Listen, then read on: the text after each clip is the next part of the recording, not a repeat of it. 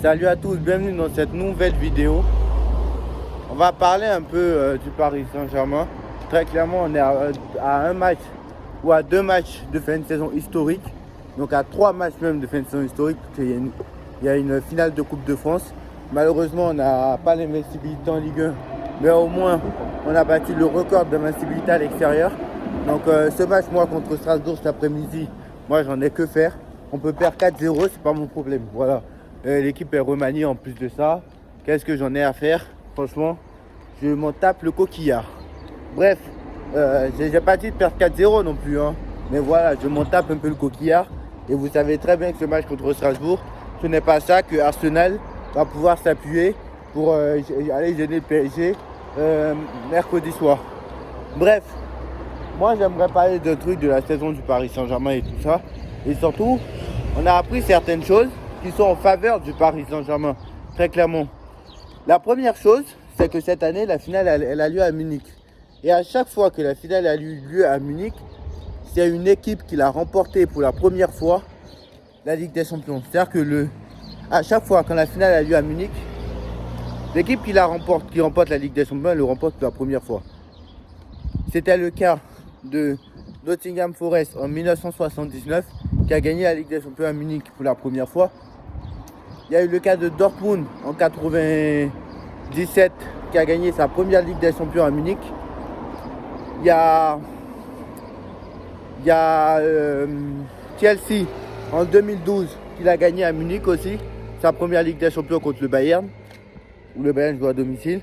Et il y a nos ennemis marseillais qui nous rappellent tout le temps qu'ils ont gagné la Ligue des Champions.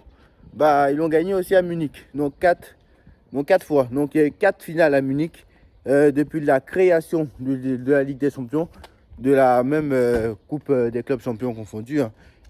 Voilà.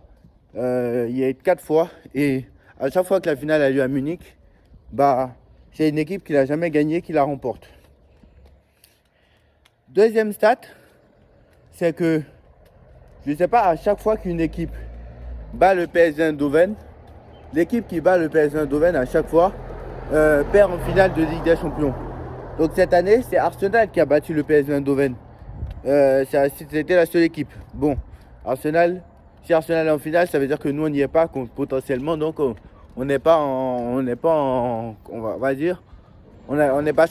champion d'Europe. Mais ce que je veux dire, c'est qu'à chaque fois qu'une équipe bat le PSG Eindhoven,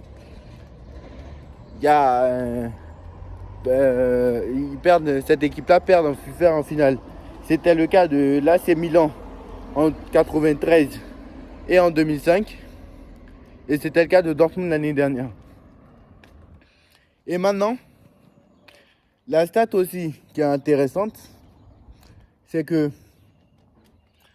à chaque fois, c'est-à-dire que sur les 6 dernières saisons, on va dire, sur les 6 dernières saisons, ou bien sur les 5 dernières, voilà, sur les 5 dernières saisons, voilà, on prend 2024, 2023, 2022, 2021 et 2019, si vous voulez. Mais non, on va prendre sur les 4 dernières saisons. Sur les 4 dernières saisons, jusqu'en 2021, puisque 2020, il n'y a pas eu de match retour. Donc ça fait 21, 22, 23, 24. Sur les 4 dernières saisons, l'équipe qui reçoit au match retour, à chaque fois, s'est qualifiée. Et je crois que sur les 4 dernières saisons, il y a eu 4 demi-finales. Donc il y a eu 2 demi-finales par saison. Donc 2 demi-finales par saison. Donc ça fait 2. 2 fois 4, ça fait 8. Sur les 8 dernières demi-finales, sans compter cette année bien sûr, hein, sur les 8 dernières demi-finales, il s'est passé 6 fois où l'équipe qui joue à domicile a gagné. Voilà, l'équipe qui joue à domicile a gagné. Sur les 8 dernières demi-finales, 6 fois où l'équipe qui joue à domicile au match retour s'est qualifiée. La seule exception, c'est Dortmund. C'est PSG Dortmund l'année dernière. Mais le Paris Saint-Germain avait largement dominé. Et c'est presque un miracle que Dortmund soit sorti vainqueur de ce match. Parce que les poteaux auraient dû se transformer en but. Tu rajoutes le poteau de Warren, le poteau de Vitinha, le poteau de Mbappé et le poteau de je ne sais pas qui d'autre, de Nuno Mendes, plus le poteau de Mbappé au match aller et plus le poteau d'Hakimi. voilà, l'affaire elle est vite réglée. Et, euh, et je crois que la deuxième exception, c'était Liverpool en 2022, qui était largement favori face à Villarreal. Mais Villarreal avait joué le match retour à domicile. Et Villarreal avait mené 2-0. Finalement, Liverpool s'est imposé 3-2, mais Villarreal n'était pas favori lors de ce match contre Liverpool. Donc on peut se dire, voilà. Donc en 2021, si vous voulez, je vous donne des exemples. 2021, City joue le match retour à domicile, il passe contre le PSG. Chelsea joue le match retour à domicile, il passe contre le Real. 2022, le Real joue le match retour, il se qualifie contre City. 2022 encore, Liverpool. Bon, Liverpool était, comme j'ai dit, ils étaient large favoris et ils ont joué à l'extérieur, mais Liverpool était large favori par rapport à Villarreal. 2023, City joue le match retour à domicile, il passe.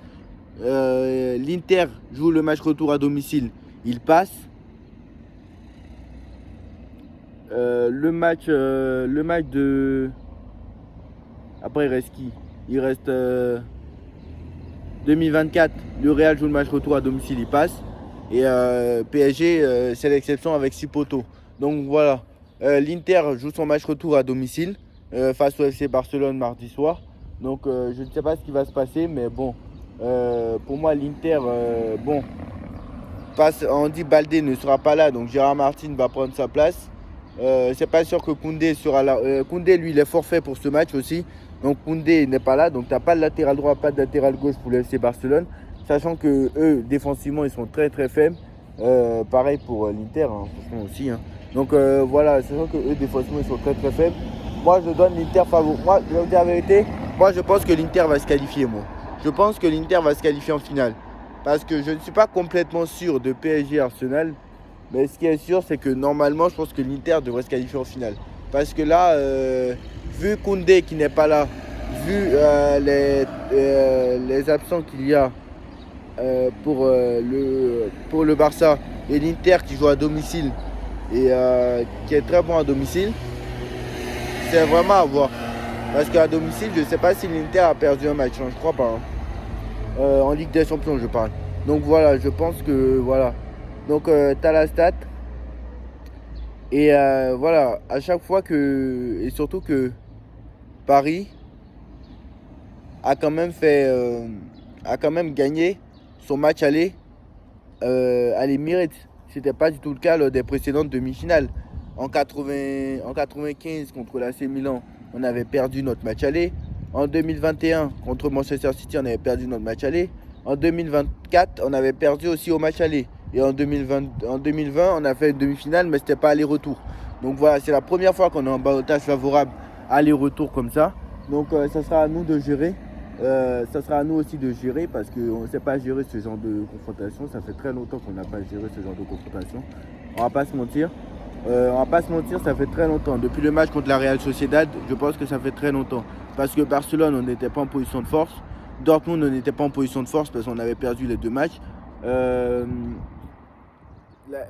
Liverpool, on avait perdu. Et Brest, on n'avait pas à gérer vu qu'on avait déjà 3 buts d'avance. Et évidemment, c'est Brest, tu es à domicile et c'est Brest en plus de ça. Donc évidemment, c'est beaucoup plus facile que gérer 2 buts d'avance contre Aston Villa. Voilà. Sans manquer de respect à Brest. Voilà. Donc, moi, je vais vous dire la vérité là. Si on gagne la Ligue des Champions cette année, on ne peut pas dire qu'on a battu personne. Parce qu'on aura souffert. Parce qu'on a joué 17, on a quand même joué 18 matchs. On a joué 18 matchs. On a joué 8 matchs de poule, 8 matchs de classement. On a joué 8 matchs de classement. Et on a joué 8 matchs de classement. Et on a joué 2 barrages. Même si c'était contre Brest, mais on a joué les barrages. Le Paris Saint-Germain est la seule équipe qui a joué les barrages. Et on a joué 8e, quart, demi, aller-retour. Donc tu rajoutes 8e, quart, demi, ça fait 6 matchs aller-retour. Donc ça fait 6 matchs. Plus le barrage, ça fait 8 matchs. Plus les 8 matchs de classement, ça fait 16 matchs. 16 matchs plus la finale, ça va faire 17 matchs. Donc si on gagne la Ligue des Champions cette année, on aura joué 17 matchs. Tandis que les autres, s'ils gagnent la Ligue des Champions, si l'Inter, le Barça ou Arsenal gagne la Ligue des Champions, ça sera 15 matchs. Voilà, on aura joué 2 matchs de plus. Donc le Paris Saint-Germain aura joué 17 matchs pour gagner la Ligue des Champions. L'OM, ils auront joué combien de matchs pour gagner la Ligue des Champions, dites-moi. Dites-moi combien de matchs a joué l'OM contre premier tour contre Glitteran, contre Bruges, contre CSKA Moscou et après direct en finale. Donc voilà. Ils ont joué combien de matchs Je crois qu'ils ont joué. Alors avant il y avait 13 matchs pour la victoire finale. Je crois qu'il y avait 11 matchs en 93 ou 10 matchs. Mais en tout cas ce qui est sûr c'est que. Moi je pense que si on la gagne, bah, ça sera vraiment mérité. Parce que au vu des adversaires, et là on ne pourra pas dire qu'on a battu personne. Je suis désolé. On ne pourra pas dire que le PSG a battu personne. Voilà. Et quand j'entends dire toujours, oui c'est l'adversaire en face qui a été faible. Oui Arne Slot, c'est lui qui vous a laissé comme ça. C'est lui qui a décidé de mettre le bus. Vous vous dites n'importe quoi. Donc si il a prévu de mettre le bus, lui-même il a dit en conférence de presse que ce n'était pas sa façon de jouer. Lui-même il a dit. Et en plus de ça, vous êtes idiot de penser ça parce que ça veut dire que le mec aurait pu prévoir, a prévu d'avance que son gardien, alors je veux bien qu'on n'était pas efficace, mais que son gardien allait faire des masterclass et c'est risqué. Et Liverpool, ce n'est pas du tout son style de jeu. Et de toute façon, même s'il avait dit, il a dit après en conférence de presse, ils nous ont fait reculer. Donc c'était pas du tout le jeu de Liverpool de venir de venir faire de venir faire comme Reims. Voilà, c'était pas du tout le jeu de Liverpool. Voilà. Donc si on la gagne, ça sera vraiment mérité. Parce qu'honnêtement, là, vous ne pouvez pas dire, si on la gagne, là, il n'y aura pas de débat entre le PSG et l'OM. Parce que là, vous continuez à débattre parce que déjà, il n'y a pas de débat entre le PSG et l'OM déjà. Il n'y a pas de débat. Mais bon, les gens continuent à débattre parce que c'est par exemple, c'est le seul trophée qu'ils ont et nous, on n'en a pas. Donc, il y aura toujours débat, malheureusement. Il y aura toujours débat. Mais si on la gagne, il n'y aura plus de débat. Il n'y aura plus de débat. On sera à jamais les premiers parce que les Marseillais, je suis désolé, c'est pas pour vous dénigrer, je ne dis pas que c'était facile à l'époque. Je n'étais pas né en 93, je suis d'accord, mais quand même, je suis assez intelligent. Vous êtes assez intelligent, vous-même vous asseyez dans votre fauteuil. Vous savez très bien que gagner la Ligue des Champions en 93, la Ligue des Champions de 93 est beaucoup plus facile que, non seulement est beaucoup plus facile que l'ancien format de l'année dernière qu'ils ont arrêté, mais est beaucoup plus facile que le nouveau format d'aujourd'hui. Parce que là, c'est 17 matchs qu'il faut jouer pour la gagner. 17. Et pas des petits tours. Et en plus, on n'aura pas affronté n'importe qui. Hein. On aura affronté Arsenal. On aura affronté l'Atlético Madrid. On aura affronté Manchester City. On aura affronté le Bayern de Munich. Alors, Manchester City, certes, ils sont malades. Mais c'est les 4 meilleures équipes d'Angleterre qu'on a affrontées. Plus tu rajoutes Liverpool, plus Aston Villa. Tu as éliminé le top 4, tu as battu le top 4 d'Angleterre. Tu as battu Liverpool au retour, tu as battu Villa, tu as battu Arsenal et tu as battu Manchester City en étant mené 2-0. Même s'ils sont malades, ce n'est pas tout le monde qui fait ça. Donc 4 équipes. Et je vous rappelle que même si City était malade, bah, ils étaient restés sur 6 victoires d'affilée et ils venaient de gagner 6-0 contre une équipe, je ne sais pas qui là. Donc voilà. Donc si on la gagne, ça sera vraiment mérité parce qu'on aura affronté les 4 meilleures équipes d'Angleterre et on aura affronté le Bayern de Munich, l'Atlético Madrid, Liverpool en 8e de finale, Aston Villa, Arsenal. On aura affronté tous les gros et potentiellement on aura affronté l'Inter de Milan ou le FC Barcelone.